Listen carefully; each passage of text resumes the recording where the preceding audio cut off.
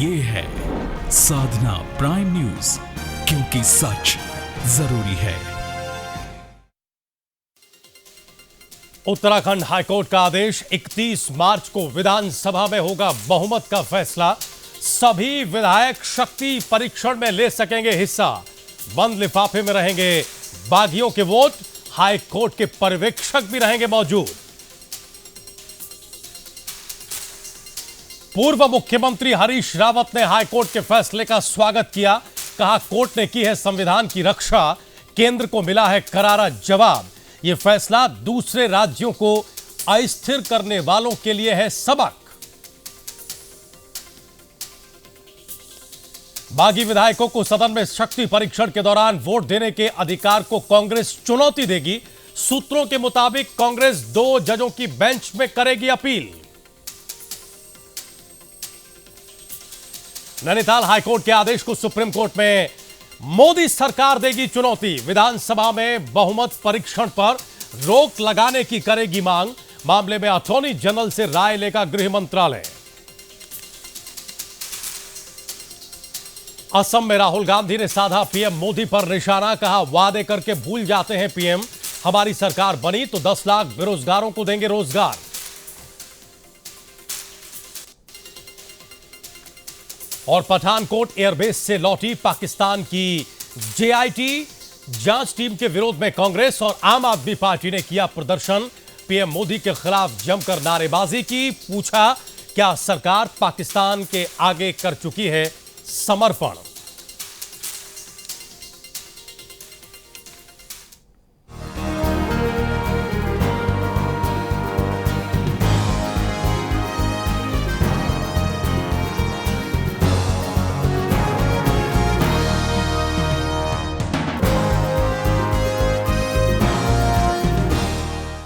नमस्कार, बहुत स्वागत है आप सभी का प्राइम न्यूज पर। मैं हूं राजीव रघुनंदन और यह वक्त प्राइम एजेंडा का है।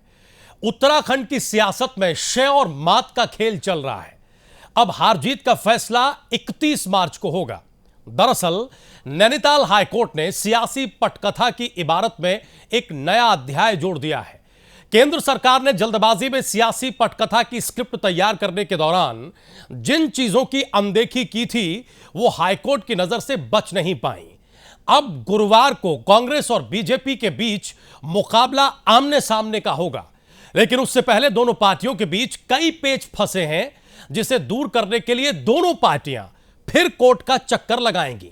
दरअसल उत्तराखंड में राष्ट्रपति शासन लागू करने को चुनौती देने वाली कांग्रेस की याचिका और बागी विधायकों की बर्खास्तगी के मामले पर नैनीताल हाईकोर्ट ने आज बड़ा आदेश जारी किया।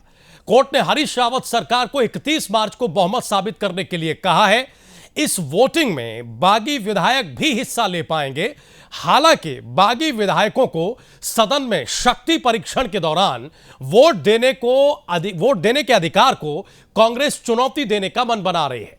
बताया जा रहा है कि कांग्रेस 2 जजों की बेंच में अपील करेगी। उधर केंद्र सरकार भी नैनीताल हाईकोर्ट के फैसले को सुप्रीम कोर्ट में चुनौती देकर विधानसभा में बहुमत परीक्षण पर रोक लगाने की मांग करेगी। यानी सत्ता की लड़ाई कानूनी पचड़े में उलझ गई है। सवाल है कि अब आगे क्या होगा। 31 मार्च को हरीश रावत सरकार बचेगी या गिरेगी? क्योंकि अगर 9 बागी विधायकों के वोट को शक्ति परीक्षण के दौरान बीजेपी के पक्ष में जोड़ा जाए तो हरीश रावत की राह मुश्किल नजर आ रही है। हालांकि 9 बागी विधायकों के वोट सील बंद लिफाफे में रहेंगे। हरीश रावत के पास बहुमत का आंकड़ा नहीं दिख रहा है।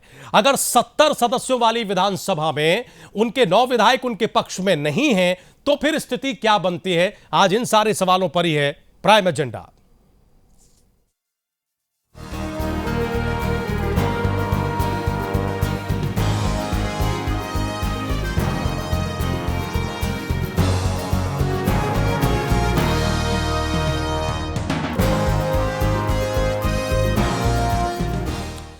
सियासी लड़ाई कानूनी पचड़े में उलझी है और अब अदालत के जरिए भी लड़ी जा रही है। कांग्रेस पार्टी ने आज हाईकोर्ट के फैसले का स्वागत किया है, तो बीजेपी यानी केंद्र की सरकार सुप्रीम कोर्ट जाने का मन बना रही है।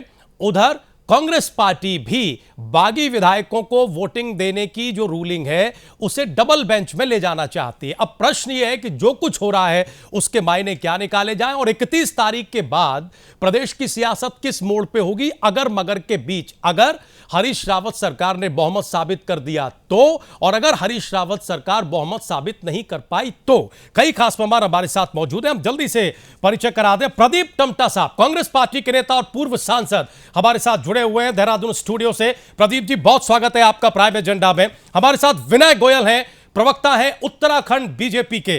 विनय जी, आपका भी बहुत बहुत स्वागत है। संजय श्रीवास्तव हमारे वरिष्ठ सहयोगी ब्यूरो चीफ उत्तराखंड हमारे साथ जुड़े हैं और बहुत ही सम्मानित वरिष्ठ पत्रकार देवेंद्र शास्त्री हमारे साथ दिल्ली स्टूडियो में जुड़े हुए हैं। संजय, पहला सवाल सीधा आप ही से है।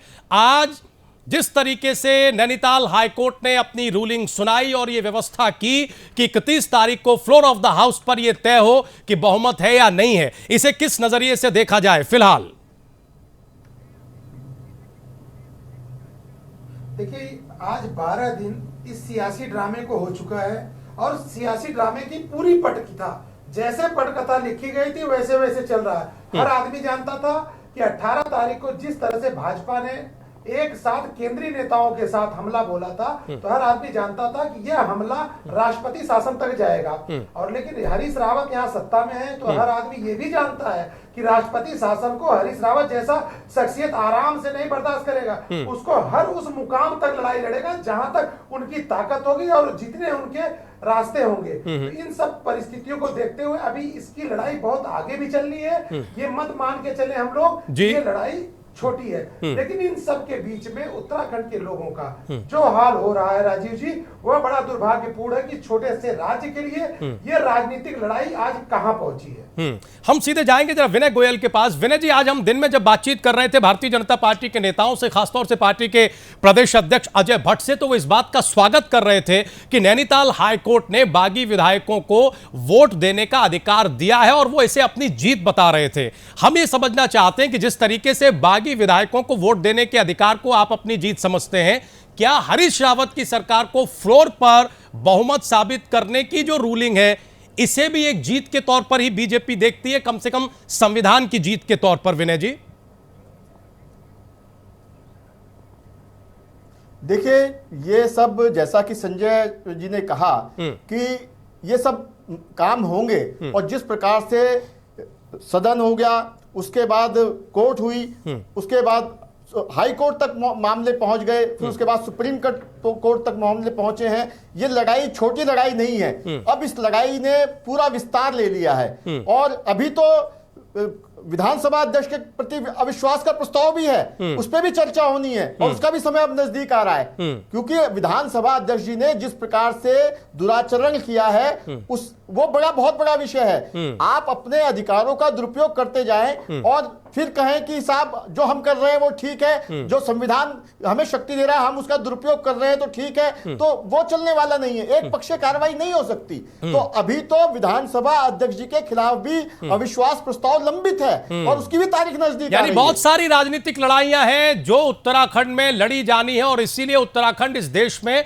राजनीति की एक नई प्रयोगशाला के तौर पर उभर रहा है। बहुत सारे नए नए राजनीतिक प्रयोग हो रहे हैं। लेकिन विनय जी, हमारा मूल सवाल यह था कि जिस कंठ से आप बागी विधायकों को वोटिंग राइट देने की हाईकोर्ट के डिसीजन की तारीफ कर रहे हैं, क्या उसी कंठ से आप हरीश रावत को फ्लोर पर बहुमत साबित करने की जो रूलिंग है उसकी भी तारीफ करते हैं, उसका भी स्वागत करते हैं, या फिर एक ही डिसीजन में जो दो बातें कही गई हैं उनको अलग अलग नजरिए से देखते हैं? सर, सीधा सवाल ये। देखिए, जो कोर्ट का निर्णय है वो कोर्ट का निर्णय है और उसका सम्मान करना सबका काम है। उसका अपमान कोई भी नहीं कर सकता। अगर ये कहे कि साहब उन्होंने जो कोर्ट पे फ्लोर ऑफ द हाउस पे अगर बहुमत सिद्ध करने के लिए कहा है वो तो अच्छा है, लेकिन बागी विधायकों को क्यों बुला लिया? लेकिन तो विनय जी, ये प्रश्न कांग्रेस के लिए भी बनता है। विनय जी, वो बताएं कि क्या नाम उनको क्या अच्छा लगता है। ये बात आपकी केंद्र की सरकार को समझ में नहीं आई थी क्या? केंद्र में भी बड़े बड़े दिग्गज मंत्री हैं, बड़ी संजीदा और बड़ी गंभीर कैबिनेट है जिसने ये डिसीजन लिया। क्या ये बात कैबिनेट को समझ में नहीं आई थी? और आज जो बात हरीश रावत बार बार हर प्रेस कॉन्फ्रेंस में चीख चीख कर कह रहे थे कि ये केंद्र के मुंह पर करारा तमाचा है, प्रदेश की सबसे बड़ी अदालत ने संविधान की रक्षा करने का काम किया है, क्या अब ये बात ज्यादा सही नजर आती है?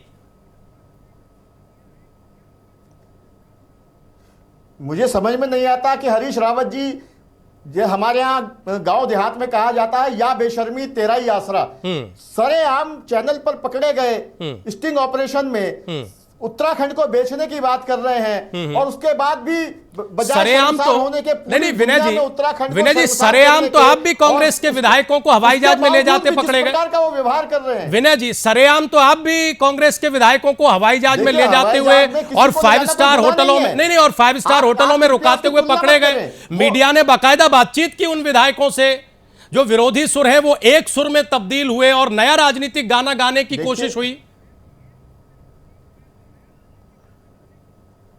नहीं, देखिए मेरा कहना यह है कि ये प्रारंभ से फॉल गेम खेल रहे हैं। विधानसभा में विनियोग विधेयक के समय 18 तारीख को सरकार गिर चुकी थी और वो ये मानने के लिए तैयार नहीं है।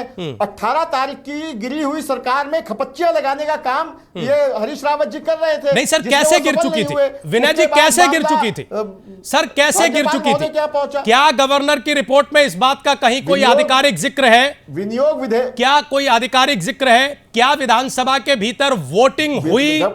क्या विधानसभा के भीतर वोटिंग की स्थिति आई जिससे यह मान लिया गया कि साहब डिवीजन हो गया और उस डिवीजन में सरकार अल्पमत में आ गई? नहीं, यही तो हमारी मांग है कि उनमें वोटिंग नहीं कराई गई। जब वोटिंग नहीं हुई, और मुझे विनय जी बड़ी मोटी सी बात है सर, कांग्रेस के आप डिवीजन मांग रहे थे लेकिन डिवीजन नहीं मिला, इसका मतलब वोटिंग नहीं हुई। जब वोटिंग हुई नहीं, फिर कैसे आप ये कह रहे हैं, आप बीजेपी ये कह रही है कि सरकार गिर गई थी, अल्पमत में आ गई?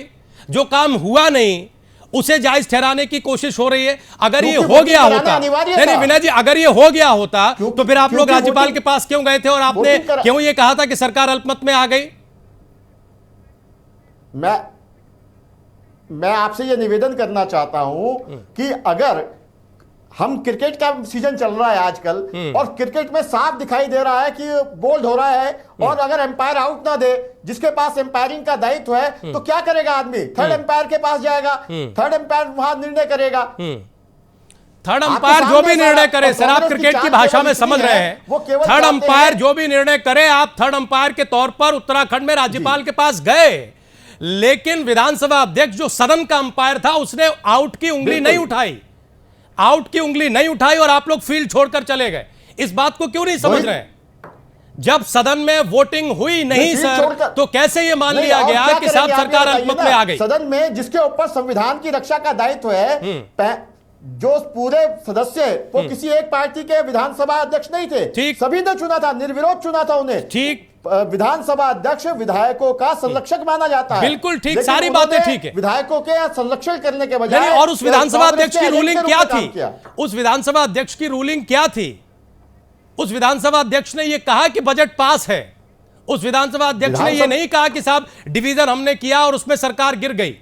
आप अगर स्पीकर के फैसले से असंतुष्ट थे, जैसा कि होता है, तो आपके पास राज्याध्यक्ष के दरवाजे खुले हुए थे, जो कि आपने किया भी और आप गए भी, और आप ही की बात को मानते हुए राज्यपाल ने 28 तारीख का वक्त दिया, 28 तारीख का वक्त दिया। यानी जो पहला आरोप आप लगा रहे हैं वो यहां कम से कम गिर जाता है कि साहब इस बात में दम नहीं है। अगर सरकार वहीं गिर गई थी तो फिर 35 विधायकों की परेड का क्या अर्थ था राज्यपाल के दरवाजे पर? हम आते हैं सर आपके पास, हम आपकी सियासी मुश्किलें भी समझते हैं। आपने क्रिकेट का जिक्र किया, दरअसल उत्तराखंड के जरिए एक नया राजनीतिक खेल खेला जा रहा है। आपके प्रश्न का प्रश्न का जवाब दे दूं मैं? दीजिए।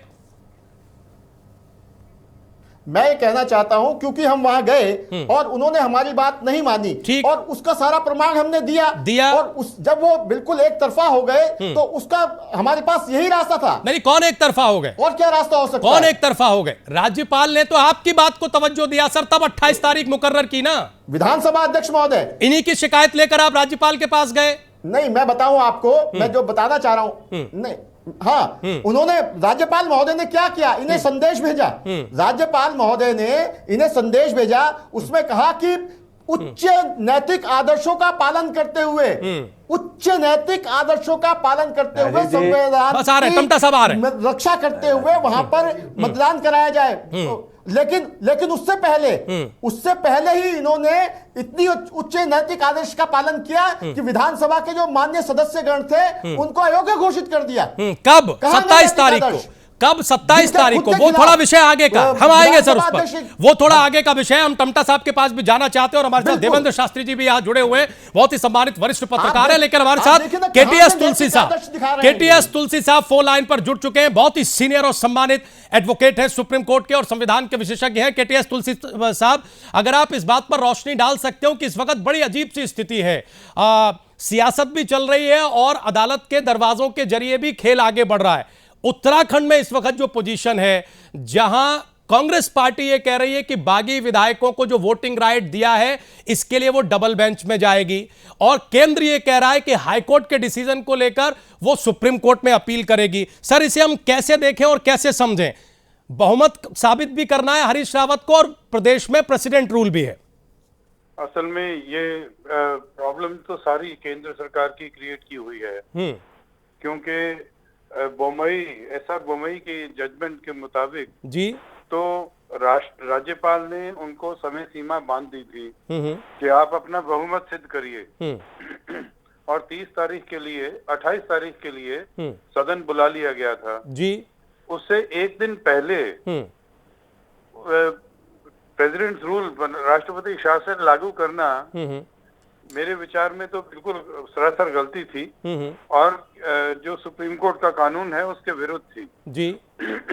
बहुत बार विवाद हुआ है कि एमएलए की खरीद फरोख्त हो रही है, एक बार, ये पहली बार नहीं है, ये 50वीं बार होगा।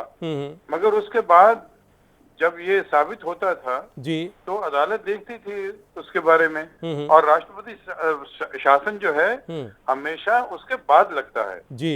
जब विवाद होता है वोटिंग के दौरान, उस विवाद के ऊपर उसके बाद रिपोर्ट आती है गवर्नर की, और फिर राष्ट्रपति शासन लगाया जाता है। मगर यहाँ पे वोट ही नहीं होने दी।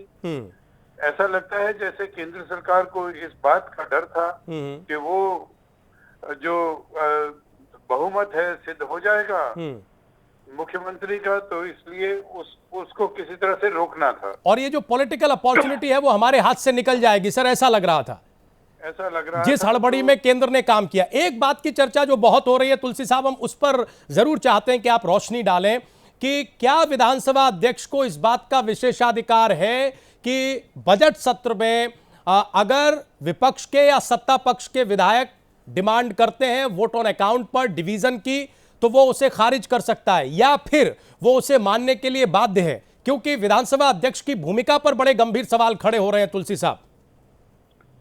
देखिए, अभी राज्यसभा में ये मुद्दा उठा कि स्पीकर ने आधार बिल को मनी बिल कैसे घोषित कर दिया जी।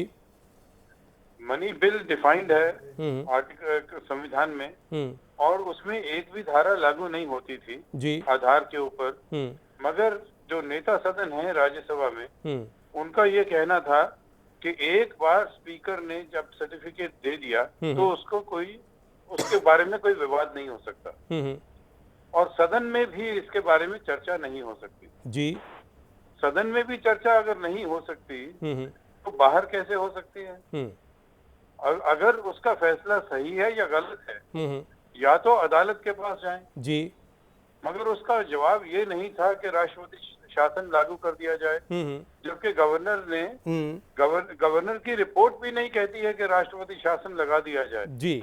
नहीं, इसका मतलब तुलसी साहब, इसका मतलब राज्यसभा में स्पीकर महोदय को जो शक्ति प्राप्त है, प्रदेश की विधानसभाओं में भी विधानसभा अध्यक्ष को वो विशेषाधिकार या संविधान की वो शक्ति प्राप्त है, ये बात पूरी तरह से साफ है। मैं ये नहीं कहता हूं कि जैसे स्पीकर का जो फैसला है जो डिस्क्वालीफाई करने का जी, ये एक वैसा ही जुडिशियल फैसला होता है, और क्योंकि वैसा ही जुडिशियल होता है इसलिए इसको चुनौती दी जा सकती है। नहीं तुलसी साहब, सर हम बिल्कुल पॉइंट पर रहना चाहते हैं। हम ये समझना चाहते हैं कि वोट ऑन अकाउंट पर जो डिवीजन की मांग है, क्या उसे मानने के लिए चाहे वो सत्ता पक्ष से आ रही हो या विपक्ष से, कोई विधानसभा अध्यक्ष बाध्य है या नहीं, या फिर नहीं। उसे विशेषाधिकार प्राप्त है, वो उसे खारिज भी कर सकता है? ये डिपेंड करता है कि सदन की कार्रवाई जो रिकॉर्ड है वो क्या कहता है। अगर सदन की कार्रवाई का रिकॉर्ड ये नहीं कहता कि डिवीजन की मांग हुई, तो स्पीकर का फैसला बिल्कुल सही है। और अगर हुई तो मगर जो सदन की कार्रवाई है उसको चुनौती नहीं दी जा सकती, उसमें स्पीकर का जो फैसला होता है वो अंतिम माना जाता है। जबकि डिफेक्शन के ऊपर जी स्पीकर का फैसला अंतिम इसलिए नहीं होता क्योंकि ये क्वेसी जुडिशियल है और इसलिए प्रिंसिपल्स ऑफ नेचुरल जस्टिस वगैरह को फॉलो करना पड़ता है। जी, बहुत धन्यवाद केटीएस तुलसी साहब हमारे साथ जुड़ने के लिए और ये बारीक बहुत ही तकनीकी संवैधानिक जानकारी देने के लिए बहुत बहुत शुक्रिया सर। हम देवेंद्र जी के पास आए, संजय जी के पास एक बार फिर से जाए, इससे पहले हम जरा प्रदीप टमटा साहब के पास जाएंगे। प्रदीप टमटा साहब, ये तो सही है कि ये जो हाईकोर्ट का फैसला आया ये जरूर आपके लिए थोड़ी राहत लेकर आता है, लेकिन अपनों के दिए जख्म आपको इस हालत और अंजाम तक ले जाएंगे ये शायद आपने भी नहीं सोचा होगा। हम बार बार एक बात को लेकर जिक्र करते चले आए कांग्रेस पार्टी के नजरिए से कि हाईकमान से लेकर प्रदेश स्तर तक एक लापरवाही देखी गई, एक सुप्तता देखी गई। अब कम से कम आप लोग चेते हैं क्या?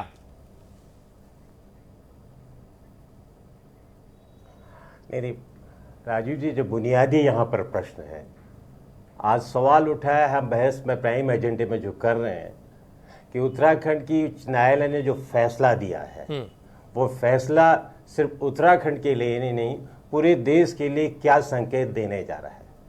बात क्या थी? तुलसी साहब ने भी कहा कि 18 तारीख को जो सदन के अंदर है वो स्पीकर का डिसीजन सर्वोच्च है, उस पर कोई चैलेंज नहीं हो सकता है। नहीं, उन्होंने ये भी कहा कि ये देखना है कि प्रोसीडिंग क्या कहती है। गए थे गवर्नर साहब के पास। नहीं, टमटा साहब, उन्होंने कहा कि ये देखना है कि प्रोसीडिंग क्या कहती है, प्रोसीडिंग में डिमांड हुई है या नहीं हुई है। ये भी कहा देखे, हमें एक चीज है, हमेशा ये विधानसभा हो या पार्लियामेंट में है कि जो डिवीजन मांगा जाता है शुरू में मांगा जाता है, और हमेशा आपने देखा उत्तराखंड की बजट बाद प्रस्ताव पारित हुए, कट मोशन प्रस्ताव पारित हुए, खुद मंत्री ने अपने विभाग का बजट भी पास कराया और कट मोशन में तमाम इन 9 विधायकों ने, सो कॉल्ड बागी विधायकों ने सरकार के समर्थन में दिया और अंत में विनियोग विधेयक भी ध्वनिमत से पारित हुआ। जब सारे ध्वनिमत से पारित हुए, वो भी पारित हो चुका था, स्पीकर छोड़ के जा चुके थे, उसके बाद की बात है ये। नहीं, लेकिन ये आपका पक्ष है, ये आपका पक्ष है। विनय जी इससे इत्तेफाक नहीं रखेंगे क्योंकि पूरी बीजेपी एक सुर से कह रही है कि हमने साहब पहले ही डिवीजन की डिमांड की थी जिसे स्पीकर ने खारिज कर दिया। नहीं, मैंने देखे खुद अभी तुलसी साहब ने भी एक सवाल, मैं वहां नहीं जा रहा हूं, मुझे बात कहने दीजिए। जो मूल प्रश्न है कि 18 तारीख को जब इस सब के बाद गवर्नर के पास नेता प्रतिपक्ष के माननीय मुख्यमंत्री के गए, माननीय राज्यपाल महोदय ने अपने जो सदन के अधिकारियों से भी सदन की प्रोसीडिंग ली और उसके बाद सारी स्थिति को देखते हुए केंद्र को कोई रिपोर्ट नहीं भेजी कि यहाँ पर कानून व्यवस्था की कोई स्थिति है या संवैधानिक परंपराओं का उल्लंघन हुआ, कोई क्राइसिस पैदा हो गया। उन्होंने मुख्यमंत्री को बात को मानते हुए 28 तारीख को सरकार को अपना बहुमत सिद्ध करने का समय दिया और यही बात है। एसआर बोमई का एक सिद्धांत इस देश में जब से सुप्रीम कोर्ट की रूलिंग आए उसको फॉलो किया जा रहा है। सरकार अल्पमत में है या बहुमत में है, ये सदन के अंदर तय होगा। हम राज्यपाल महोदय ने बात दे दी थी, मुख्यमंत्री ने भी मान लिया था, सारी कार्रवाई चल रही थी। 28 एक चीज है, 28 तारीख को जैसे ही 20 घंटे भी नहीं बचे थे वो होने वाला था, तो केंद्र की सरकार ने तमाम लोकतांत्रिक परंपराओं को धत्ता बताते हुए लोकतंत्र की खुलेआम हत्या की है। सिर्फ ये देखते हुए कि उनको लग रहा था कि विधानसभा के अंदर प्रदेश की सरकार अपना विधानसभा में बहुमत सिद्ध कर देगी और इसलिए प्रदेश की सरकार को बहुमत सिद्ध करने से रोकने के लिए राष्ट्रपति शासन लागू किया गया। ठीक है टमटा साहब, आपके नजरिए से, कांग्रेस पार्टी के नजरिए से अब ये सवाल थोड़ा ज्यादा महत्वपूर्ण है कि अदालत के जरिए जो आपको मौका मिला है, इस मौके का इस्तेमाल, सामने कांग्रेस, ठीक है, नहीं, अब ये सवाल महत्वपूर्ण है कि ये जो मौका आपको मिला है इसका इस्तेमाल आप कैसे करेंगे, और क्या अब कांग्रेस पार्टी बहुमत साबित करने की स्थिति में है, हम उसका भी इस्तेमाल करें? नहीं, या ये उलझन अभी भी वैसे ही बनी हुई है? कोर्ट ने एक व्यवस्था तो की है, लेकिन सवाल वहीं का वहीं है कि साहब बहुमत साबित करेंगे कैसे, आंकड़ों का खेल क्या बताता है? हम जरा देवेंद्र जी को इस चर्चा में ले आए, फिर आ रहे हैं टमटा साहब, फिर आ रहे हैं आपके पास हम ये सवाल लेकर। राव जी एक बात कहने दीजिए जी। एक चीज बोलिए। मैं कह रहा हूं कि जो न्यायालय का डिसीजन है वो लोकतंत्र की परंपरा की सबसे बड़ी रक्षा है। और मोदी सरकार का जो एजेंडा आ गया था अरुणाचल प्रदेश से उत्तराखंड फिर हिमाचल की ओर जा रहा था कि चुनी हुई लोकतांत्रिक सरकारों को आप अपने 356 की ताकत के द्वारा अस्थिर करेंगे, भंग करेंगे, राष्ट्रपति शासन का दुरुपयोग करेंगे, उसके ऊपर बहुत बड़ा करारा। लेकिन टमटा साहब ये भी तो मानना होगा कि सबका मौका दे तो आपके घर के लोग ही रहे हैं। अरुणाचल से लेकर उत्तराखंड तक और मणिपुर तक ये सारा मौका दे तो कांग्रेस पार्टी के लोग ही रहे हैं ना सर। ठीक है, हम आते हैं, टमटा साहब आते हैं। षड्यंत्र है जो दिल्ली में लिखा गया था और आप इस षड्यंत्र को नहीं रोक पा रहे हैं सर। हम आते हैं उस विषय पर, जरा देवेंद्र जी की टिप्पणी लेने दीजिए। देवेंद्र जी कैसे देखें एक तो, और थोड़ा आगे का सवाल। एक चीज है, जब षड्यंत्रकारी कभी अपने षड्यंत्र को बता करके नहीं आता, पीछे से वार करता है। लेकिन बड़े नेता की जिम्मेदारी होती है कि पार्टी के भीतर पल रहे बड़े षड्यंत्र को वो पकड़ ले। पार्टी के भीतर हो रहे बड़े षड्यंत्र को वो पकड़ ले, ये बड़े नेता की जिम्मेदारी और उसके विजन पर डिपेंड करता है। हम आते हैं टमटा जी आपके पास, देवेंद्र जी से टिप्पणी लेने दीजिए। देवेंद्र जी, एक तो हम इसे कैसे देखें, और अब जो 31 तारीख को होने जा रहा है, सरकार रहे या जाए, इसके क्या दूरगामी परिणाम आप देख रहे हैं, क्योंकि 4 अप्रैल को दोबारा हियरिंग है। देखिए, जो झगड़ा तो कुल मिलाकर के ये है कि एक स्टेट की जो कुर्सी है उसको हथियाने का झगड़ा है। कांग्रेस पहले से इस झगड़े में अंदरूनी तौर पे बहुत खोखली चल रही थी, और उसका ये परिणाम है कि भारतीय जनता पार्टी ने मौका देखा और वल्नरेबिलिटी, और उन्होंने ये कहानी जो है बना ली। अब सवाल ये है कि जो मौजूदा हालात है उसमें यह है कि अगर Bharatiya Janata party supreme court में जाती है कि भाई प्रेसिडेंट रूल रहते हुए क्या फ्लोर पे टेस्ट होना चाहिए, या जायज़ है या नाजायज़ है, ये कहानी जो हाई कोर्ट ने बताई है वो उस पर डिपेंड करेगा कि सुप्रीम कोर्ट उस पर क्या व्यू लेता है। पहली बात, जहाँ तक इस पूरे प्रकरण का की पृष्ठभूमि है उसमें तो जाहिर सी बात है कि कांग्रेस के अंदर जो डिवीजन चल रहा था और विजय बहुगुणा एंड पार्टी जिस और बढ़ रही थी वो रावत साहब से भी छुपी हुई नहीं थी, और भारतीय जनता पार्टी ने भी उसी तरीके से फ्लोर पे सरकार को हरा करके गिराने की योजना बनाई हुई थी। तो मैं ये कहता हूं कि भारतीय जनता पार्टी ने जो कुछ भी किया वो डेमोक्रेटिक प्रोसेस के खिलाफ था, लेकिन जब रावत साहब की सरकार को ये पता चल गया कि उनके 9 विधायक जा चुके हैं, उसके बाद अब जब डिवीजन की नौबत आए तो अब भाई मान लीजिए कि अब आपके साथ वो नहीं है। अब आप वही जो तरीके भारतीय जनता पार्टी ने लगाए वही तरीके आप विधानसभा के अंदर जाकर के फिर विधानसभा अध्यक्ष के जरिए जो है वो सारे असंवैधानिक ये मान लेते हैं कि विधानसभा अध्यक्ष की रूलिंग फाइनल मानी जाती है कि उसको चैलेंज नहीं किया जाता, लेकिन सब लोग आंखें बंद करके नहीं बैठ सकते, सबको दिखाई देता है कि चल क्या रहा है जी। तो मानना यह चाहिए कि दोनों तरफ से ये जो है संवैधानिक प्रोसेस को नकारा जा रहा है, दोनों तरफ से ये खेल हो रहा है। शुरुआत भारतीय जनता पार्टी ने की, लेकिन कांग्रेस भी उससे पीछे नहीं है। कांग्रेस की वीकनेसेस को भारतीय जनता पार्टी ने कैटर किया है और उसका ये परिणाम है। अब जो संवैधानिक स्थिति है वो सुप्रीम कोर्ट अगर कुछ उस पर व्यू लेती है तो ठीक है, अदरवाइज एक चीज एकदम साफ है कि 9 विधायक रावत साहब के साथ नहीं है जी। अगर 48 घंटे का वक्त है, अगर इसमें चीज़ें दुरुस्त हो जाती हैं या उनके पक्ष में कुछ आ जाता है तो भले ही, अदरवाइज मुझे नहीं लगता है कि हाई कोर्ट के ऑब्जर्वेशन में भी रावत साहब अपनी सरकार बचा सकेंगे, बचा पाएंगे, ये बड़ा सवाल है। एक छोटा सा ब्रेक ले रहे हैं, लेकिन ब्रेक के उस पार सवाल और भी तीखे होंगे। सवाल तो ये कि क्या उत्तराखंड पर राष्ट्रपति शासन थोप कर या लगाकर केंद्र की सरकार ने एक बड़ी गलती या चूक की है। नैनीताल हाईकोर्ट का डिसीजन जिस तरीके से आया है वो तो कम से कम यही आईना दिखा रहा है। सवाल नंबर 2, कांग्रेस पार्टी आंकड़ों के तौर पर क्या इस हैसियत में है कि जो उसे ये मौका मिला है उसको वो भुना ले? ज्यादातर विश्लेषक ये मान रहे हैं कि साहब ये स्थिति नहीं है। और 31 तारीख के बाद की सियासत उत्तराखंड में कहां खड़ी है? एक छोटा सा ब्रेक, उसके बाद चर्चा इन सारे सवालों पर। तुरंत लौट रहे हैं।